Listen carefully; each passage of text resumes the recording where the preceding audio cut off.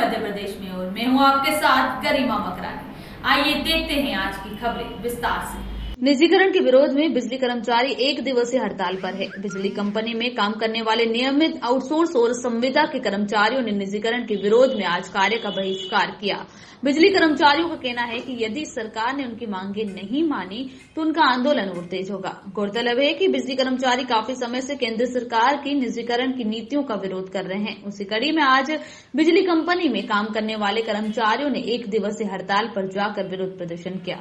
बिजली कर्मचारियों ने आज अपने कार्य का बहिष्कार किया और सरकार की राजनीतियों के खिलाफ जमकर नारेबाजी की। मध्य प्रदेश यूनाइटेड फोरम के बैनर तले हुए इस प्रदर्शन में बड़ी संख्या में बिजली कर्मचारियों ने अपना कार्य का बहिष्कार किया। बिजली कर्मचारियों का कहना है कि निजीकरण के खिलाफ वृहद स्तर पर बिजली कर्मचारियों का प्रदर्शन जारी है। इसी कड़ी में आज एक दिवसीय हड़ताल पर कर्मचारी गए और कार्य का बहिष्कार किया और मांगे नहीं मानने पर बड़े स्तर पर आंदोलन की चेतावनी भी इन्होंने दी है। बिजली कर्मचारियों द्वारा आगामी 7 फरवरी को भी भोपाल में निजीकरण के खिलाफ सरकार की नीतियों को लेकर प्रदर्शन किया के विरोध में आज किस तरह का यहाँ पर इंदौर में प्रदर्शन किया गया और काम बंद भी किया गया? अभी केंद्र सरकार द्वारा जो है वो स्टैंडर्ड बिडिंग डॉक्यूमेंट जारी किया गया था और बजट सत्र में देश की वित्त मंत्री माननीय निर्मला सीतारमण जी द्वारा बताया गया है कि देश की समस्त वितरण एवं ट्रांसमिशन कंपनियों का प्राइवेटाइजेशन किया जाना है, जो कि पूंजीपतियों का उद्धारक और देश के तमाम युवाओं का संहारक सिद्ध होगा।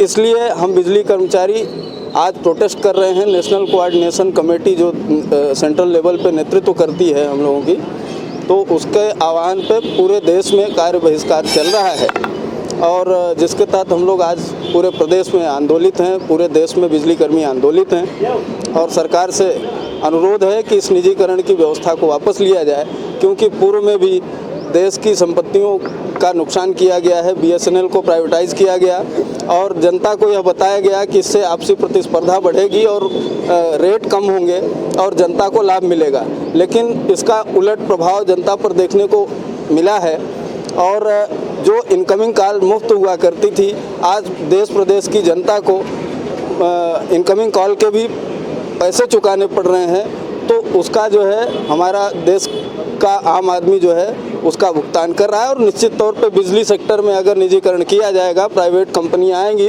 तो इससे जो है वो लूट बढ़ जाएगी और आम उपभोक्ताओं का नुकसान तो होगा ही होगा। साथ में देश में जो युवा जो है रोजगार की इच्छा लिए दर दर भटक रहे हैं, बेरोजगारी चरम पर है, उनके लिए भी रोजगार के समस्त रास्ते बंद हो जाएंगे। प्रदेश की बात करें तो कितने कर्मचारी काम से निहत और किस तरह से पूरा काम ठप पड़ गया है? प्रदेश में अभी आज सांकेतिक तौर पर कार्य बहिष्कार चल रहा है। हमारा जो यूनाइटेड फोरम है मध्य प्रदेश में कार्यरत है और नेशनल कोऑर्डिनेशन कमेटी के आह्वान पे पूरे जिलों में सारे कर्मचारी जो है कार्य बहिष्कार कर रहे हैं और निश्चित तौर पे अगर केंद्र सरकार ने इसको वापस नहीं लिया तो हम लोग लाइटनिंग संदेश दे करके हम लोग पूरी तरीके से हड़ताल पे चले जाएंगे, जिससे प्रदेश की व्यवस्था बिगड़ सकती है। 7 को भोपाल भी जा रहे हैं। 7 तारीख को हम लोग भोपाल में इसके लिए जो है रैली निकालेंगे, जो गोविंदपुरा से वल्लभ भवन तक मार्च होगा हम लोगों का।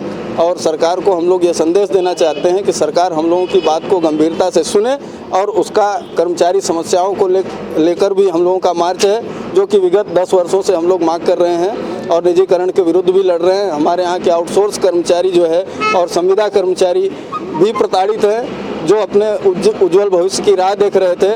आज कहीं न कहीं निजीकरण की व्यवस्था से वो भी डरे हुए हैं और निश्चित तौर पे एक बड़ा आंदोलन देश प्रदेश में खड़ा होने वाला है। सरकार इस तरफ कोई ध्यान नहीं दे रही, क्या आंदोलन और तीव्र होता जाएगा, विस्तार करेगा? जी, निश्चित तौर पर आज नेशनल कॉल में आप लोग देख सकते हैं कि पूरे प्रदेश में जो है एक सांकेतिक आंदोलन जो है किया जा रहा है, जो काफ़ी वृहद तौर पे हो रहा है। अगर सरकार इस बात को ध्यान नहीं देगी, गंभीरता से नहीं सुनेगी, तो निश्चित तौर पे पूरे प्रदेश में जो है बिजली व्यवस्था ठप पड़ सकती है। प्रदीप कुमार द्विवेदी, सह सचिव यूनाइटेड फोरम।